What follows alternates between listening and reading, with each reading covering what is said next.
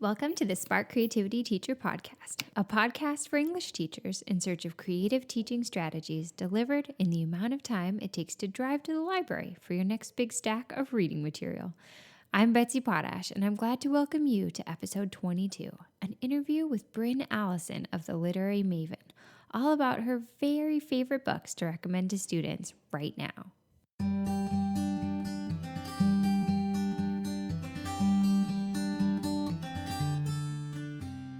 Building a classroom library is no small task. Putting the right book in a student's hands can change their lives, so of course we all want to choose the best for our libraries. I think you're really going to enjoy hearing Brynn's recommendations, especially because she doesn't just share the titles of the books, but also who she recommends them to and why. One quick thing, it was tough for me to screen out all the background noise in our conversation, so please just pretend you're sitting down in a coffee shop with us to talk about great books for your students. All right, so I'm delighted to welcome Brynn Allison from the website The Literary Maven to the show today. As English teachers, I think we've all had that magical experience of introducing students to the one book that turns them into a reader, and then the book after that, and the book after that. In many ways, that's what today's show is all about. Brynn shares so many wonderful book recommendations on her blog, so I've asked her on today to talk to us about her very favorites. Welcome to the show, Brynn. Thank you. I'm excited to be here. Great. Can you tell me a little bit about your current job and how you came to become the Literary Maven? So I currently work at a K-8 school. I work with 6th through 8th graders as a literacy intervention specialist. So I do a lot of work with teachers in the classroom, and I also do work directly with students, doing some push-in and some pull-out. Before I came to where I am now, I taught high school for 6 years, and the district I was in was not very stable, so there were a lot of summers where I wasn't quite sure what I would be teaching the next year or where I would be teaching. So that's when I got into writing my blog as sort of an outlet of nervous energy, and also creating resources for teachers and putting them online. So those things sort of happened pretty much at the same time, and I found that I really enjoyed, connecting with people online, and I started to get emails from people saying, this is the group of students that I teach. Can you recommend, some books that would be of interest to them? So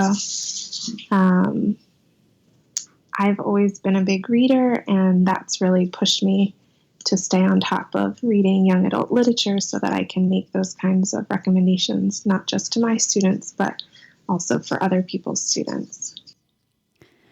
That's fabulous. I've really enjoyed how you bring your list together on your blog. Like you'll put out some fabulous historical fiction or dystopia. It's a really great place for teachers to go, and I'm going to link it in the show notes for today. Teachers, if you want to find all these amazing lists under different themes, you can find them at the Literary Maven. It's fantastic. But we're going to jump in just straight in here to some of your all-time favorites. So not around any particular theme, but just like if you were going to give teachers a list of 10 books that you can glean from all your experience with students and as a reader yourself, what would be some of those real highlights? So my number one recommendation is always a title called Forged by Fire. It's actually part of a trilogy by Sharon Draper, but it has an amazing first chapter that always hooks students. It is a fairly easy read, so a lot of people are always saying, I have lower level readers or struggling readers, what can I give them? So that's like my number one. After the first chapter, they're just so hooked and they want to read more. Ooh, I'm so excited to read it myself. I've never heard of that one. And it's interesting because she actually wrote the first chapter as a short story, so it can sort of stand alone for plot analysis and all sorts of other things. And then, if you want to say, okay, I read the first chapter, do it as a read aloud and put it on your shelf, you're sure to have students lining up to borrow it. Oh, that's a good So idea. that's always my number one recommendation.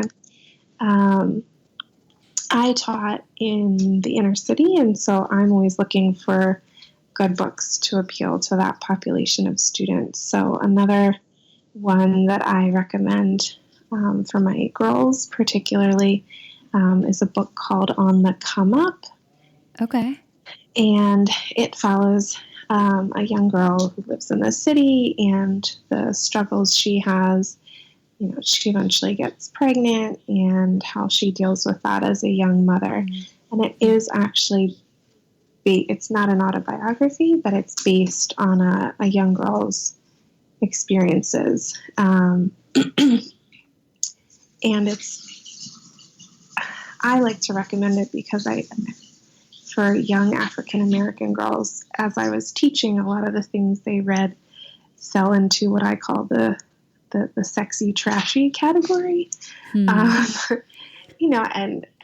I just felt like, yes, you may be having very mature life experiences, but those aren't quite the books I want you to be reading. Right, yeah. And the protagonists in those kinds of books are not the kind of women or young women that I wanted my students to model themselves after. So while this protagonist, I certainly didn't hope that my girls were going to, go out and get pregnant at a young age. But that is an experience that many of them did face. And the protagonist in this book was just a very strong, very driven young woman. And despite making mistakes, she also made a lot of good choices for herself. So I'm always looking for books that have like really strong African American young women role models in them. A more recent book that I've read that has gotten a lot of buzz that I think would also fall into that category would be The Hate You Give by Angie Thomas. So I love it so much. Yeah. So like I said, it's gotten a lot of buzz. I do think it's wonderful. And I hope that people who get excited about that book then look for other books like that would be a good fit for their students. Certainly there are other ones out there, like I mentioned, on the come up. I just had a conversation in my Facebook group about this. A teacher came on and said she had recommended The Hate You Give to a student and asked the group what's next, because that's the book that turned her student into a reader. So I love that you're giving, some backup titles for that. If a student gets into that book and then is ready for the next one, boom, you've got the next one. That's great. I guess I also really like to recommend books that are the first in a series, because then you don't have that struggle of what to recommend next. Right. So I think a series that I absolutely love right now and have been putting off reading the last book because I don't want it to end is the Life as We Knew It series. It's by Susan Beth Pfeffer. I think I'm saying her last name right. So it's all about what would happen if the moon sort of got out of whack. And so it's post-apocalyptic, but it's set in the real world. There's no like zombies or vampires. The first book is set in like rural Pennsylvania. And you follow a young girl, Miranda, and her family as they struggle with surviving after this event. The weather changes because the moon is not where it used to be. The second book in the series follows a different protagonist, and that one's set in New York City. So you get a totally different view of how the same event would play out, but in a different place. I like that. Yeah, and then the third book, the two main characters sort of come together. Their plot lines intersect, and that's really interesting to see. And as a reader, I found myself very torn because I liked both of the characters individually, but then when they came together, I found myself like feeling awkward. Like, yeah, who do you cheer for? Whose team am I on? And like I said, I haven't read the last one yet because I just don't want it to end. Oh, that's the best. So that would be a great one to recommend to students. Awesome. Another really interesting series that has a male protagonist but has alternating chapters between a male and a female teenager would be the Knife of Never Letting Go. It's by Patrick Ness. So that's a trilogy. He also just wrote A Monster Calls, which I know is the global read aloud book for this year. Right. People are into that. So this series is also kind of post-apocalyptic, and the main character, Todd, grows up in a town where there's only men, and then he finds this girl, and it totally changes his world perspective and everything he was taught to believe. And what a shock.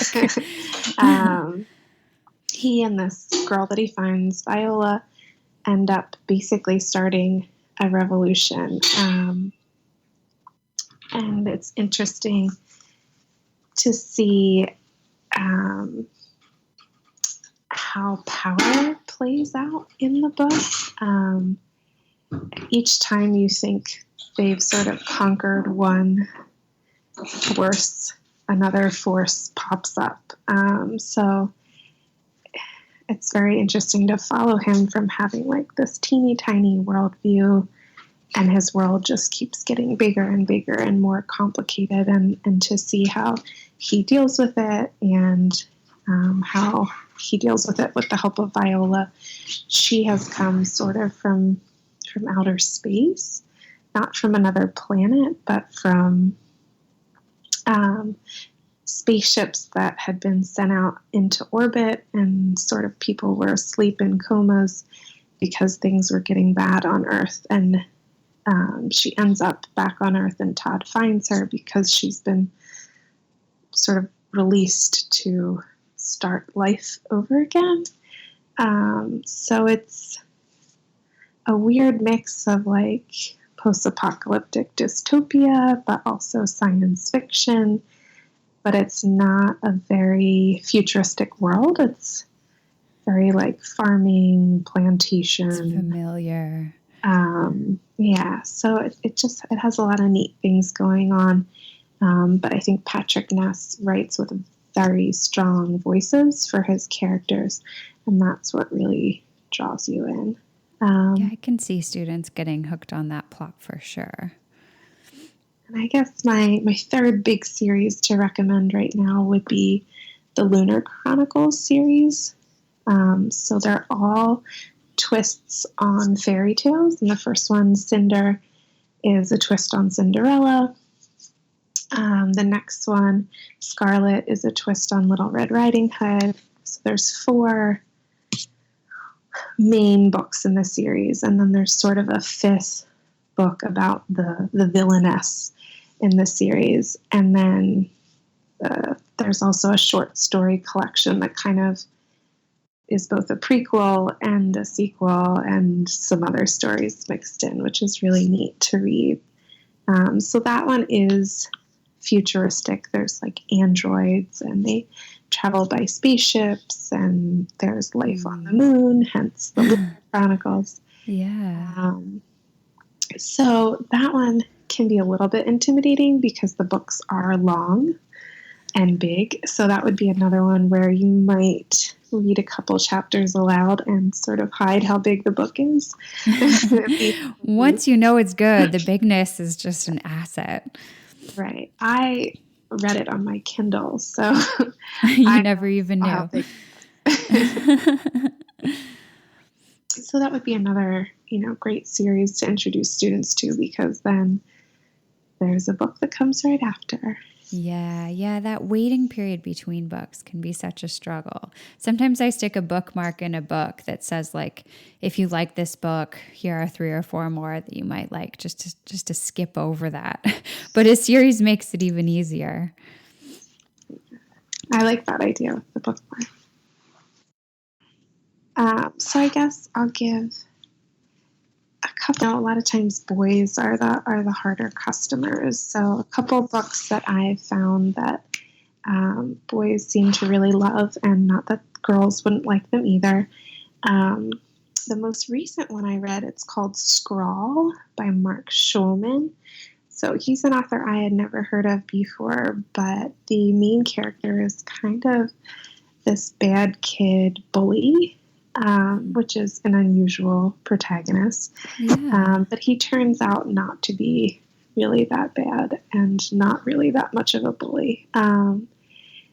But Mark Schulman is another author that I feel like really captures the narrator's voice. The main character, I think, is also named Todd,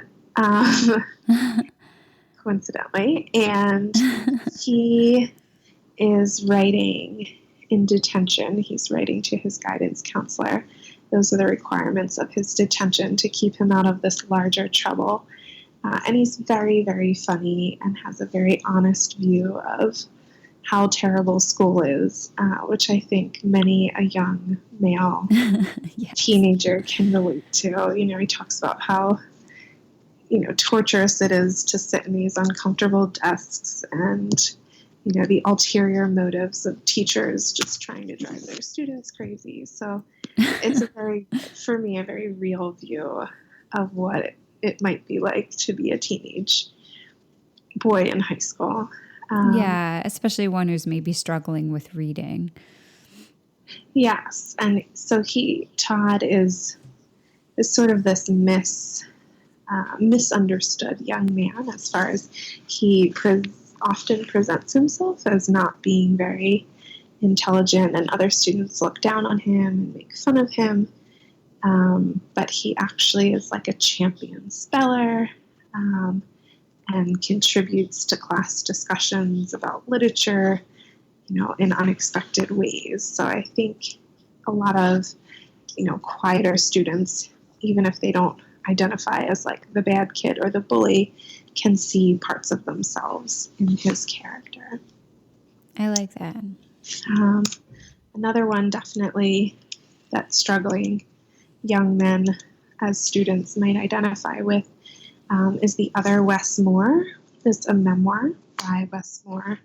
And there is a young reader's version. I haven't read that. I only read the adult version. But it follows the lives of 2 men, both born in the same city with the same name, who live just blocks apart from each other, but their lives turn out completely differently. One goes on to be an author of this book, and the other one is in prison for involvement in an armed robbery gone wrong. So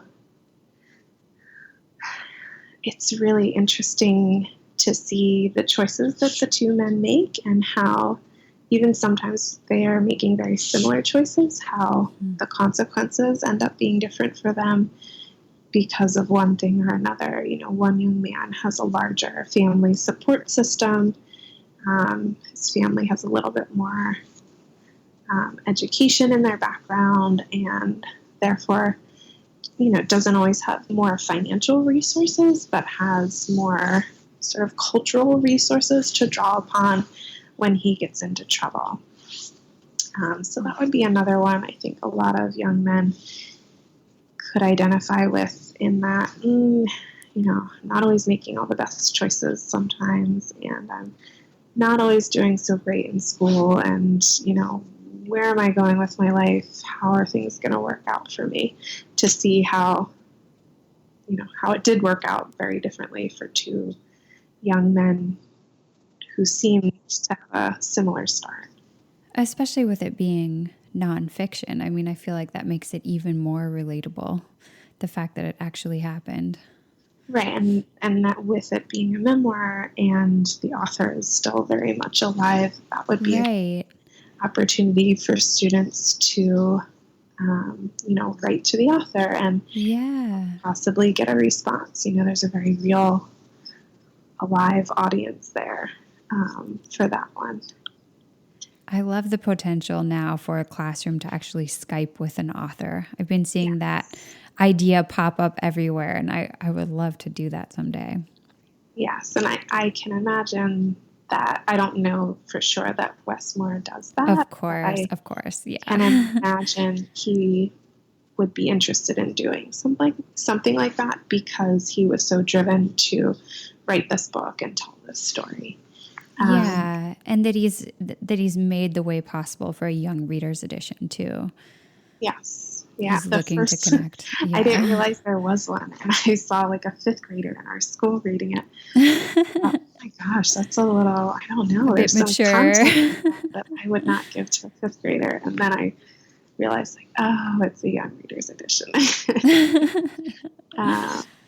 So now I've lost count, but I'll throw just a couple more boy titles out there. So, and one that recently became a movie, which can always be a draw for students. Even if they see the movie first and then read the book, I'm always okay with that. Me too. Me and Earl and the Dying Girl by Jesse Andrews is another one where the narrator is very, very funny and is not the coolest kid in school. And similar to the main character in Scrawl, sort of loathes the whole high school experience and has a lot of commentary on the different groups of people in school. And he and his best friend Earl just have this wonderful relationship. They create these like really weird home videos together and just really keep each other in check as far as the main character. Now I want to call everybody Todd. And the main character's name is escaping me at the moment, but the main character is not always the most sensitive. And Earl, his best friend, really keeps him in check with that and will tell him like straight up, like, dude, not cool. You're not being a good person. There is profanity in the book, so if that's not something that's okay in your classroom, in your school, you definitely want to give a little heads up there. Yeah, take a look at that and see if that's going to upset some people. I love how students will react to that sometimes. Like they look at you and expect this just total shock from you. And you're like, yes, I am familiar with profanity. It's okay if there's a little bit in the book. But yeah, it depends on your school and your group.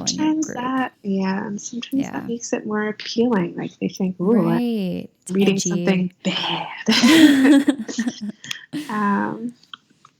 And then my last boy recommendation that I've also found very popular with my young girls is the crossover. So that one has no profanity in it.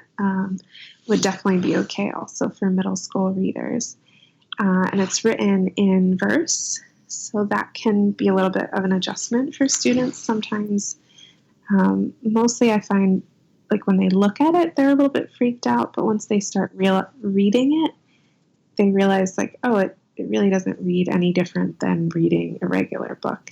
And they get caught up in it very quickly. So in that crossover, there's two twins, or not two twins, there are a set of twins. So two brothers who play basketball, hence the name The Crossover, a basketball move. And it just follows their basketball season, their relationship with their dad, who was a professional basketball player, and a little bit what it's like to be a twin and to sort of compete with your brother and at the same time try to establish your own identity. I don't want to give away too much because the ending really not shocks students, but the ending really makes an impact on students. And there isn't a sequel, but Kwame Alexander has written at least one, if not two other books in the same style. Nice. One is about soccer, and the one that just came out is about music, and both, either high school or middle school characters as protagonists. So I imagine they're both just as good.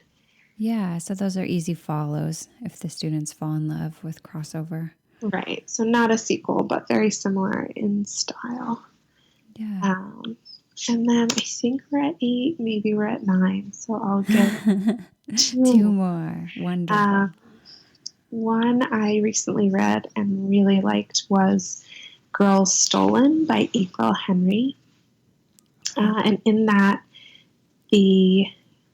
one of the two main characters is kidnapped accidentally. The car that she's asleep in the back seat in is carjacked, is stolen from outside a store. And the twist is that she is not only very, very sick with pneumonia, but she's also blind.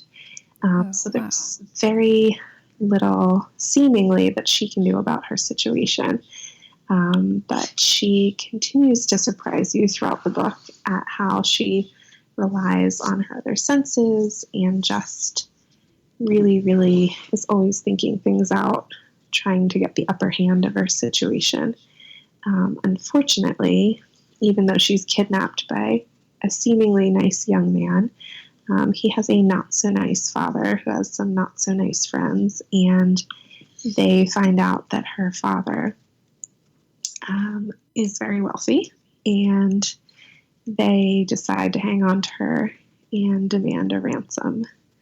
So the young man who initially kidnapped her can't really let her go.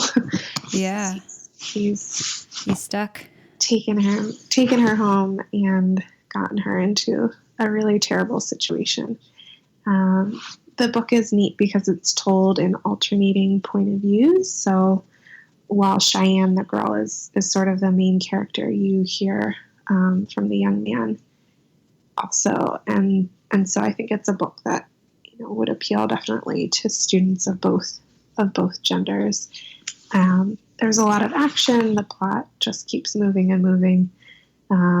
Definitely some tense moments. So that's one I would recommend to any student. It sounds very gripping. And then the last one I'm going to recommend is not just a girl book, but certainly the main character is a girl, and it focuses on issues of depression and suicide. It's called Hold Still by Nina LaCour, I'm not sure how to pronounce her last name, but it's the most recent book that has really, really, really made me cry. Just because it's very sad, and the narrator is really struggling. Her best friend has committed suicide, and she's left behind and trying to deal with that. Everybody around her is pushing her to move on and put it past her, but she has all these memories and also has a lot of guilt about, was there something I could have done differently? What should I have done differently? How did I not know? And her best friend leaves her journal for her. She doesn't find it immediately, but when she does find it, sort of the present plot is interspersed with chapters, or not chapters, but pages from her best friend's journal, and then how she reacts to that. So for people that are fans of All the Bright Places and Challenger Deep, I think this is another one that really nails mental health issues. There's nothing romanticized here about what it's like to be left behind when somebody takes their life. So it has. It's a really important topic. Yes, yeah, and I know it can be a little bit scary to have those kind of books in your classroom library. I think sometimes people are afraid, like, oh, I'm going to put the idea in my student's head. But that's not the case at all. And I think there's so many students who are, struggling with mental health issues and depression. And just like other students, they need a character in a book that they can identify and relate to and see, okay, this is how different things can play out. And the main character is also clearly struggling from depression. She doesn't ever contemplate suicide, but she's got to make her way out of a dark place, and she does so in some interesting ways. So that would be my number 10. Wonderful. I feel like students, at least my students, connect the most with books that are real, like that are just really real and are willing to deal with the issues that students actually have and not gloss over the surface.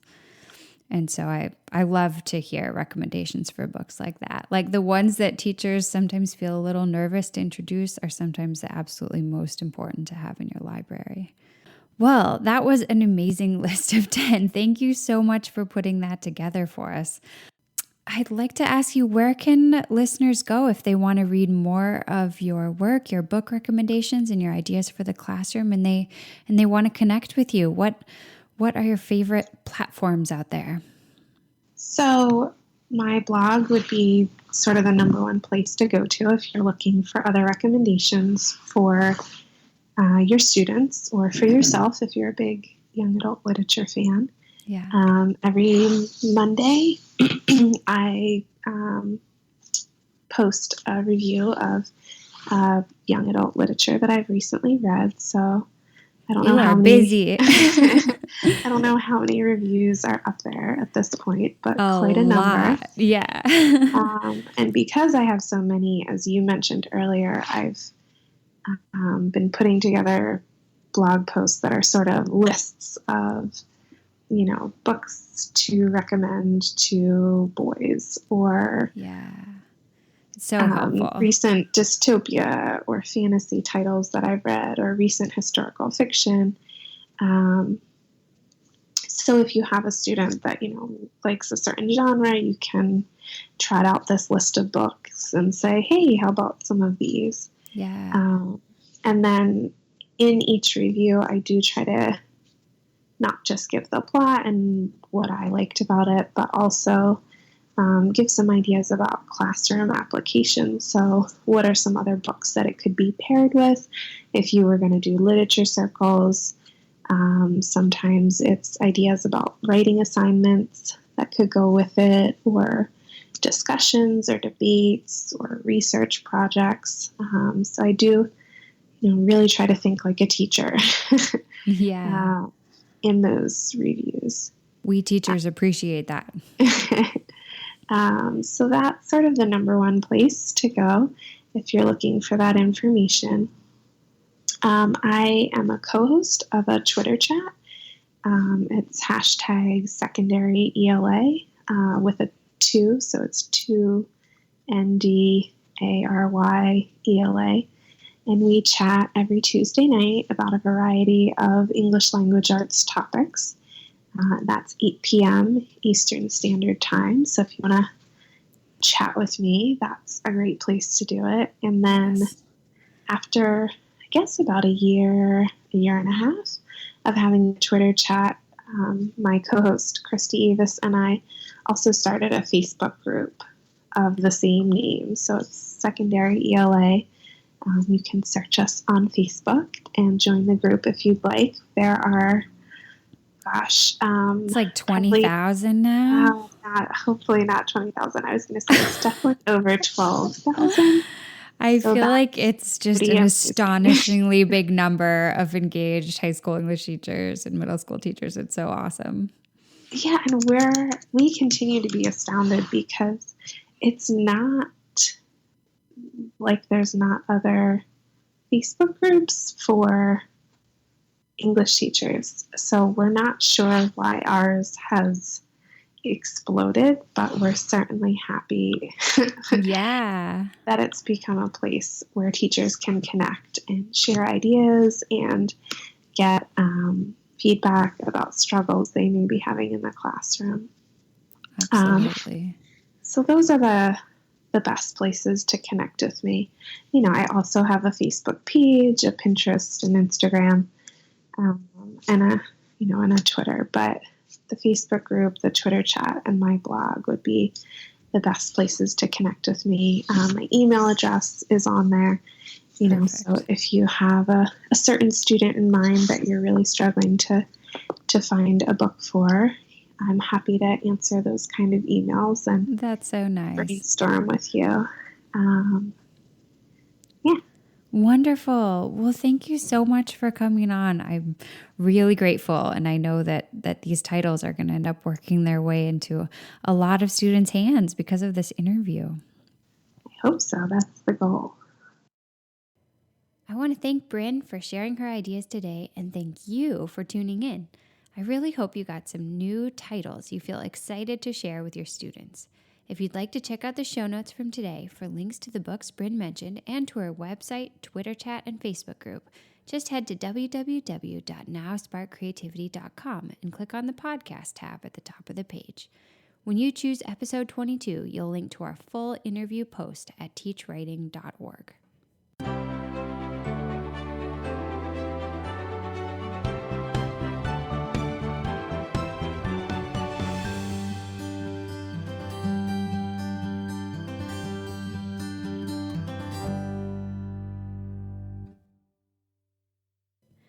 The Spark Creativity Teacher Podcast is a proud member of the Education Podcast Network.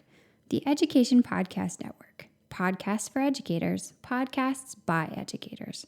For more podcast recommendations, visit edupodcastnetwork.com.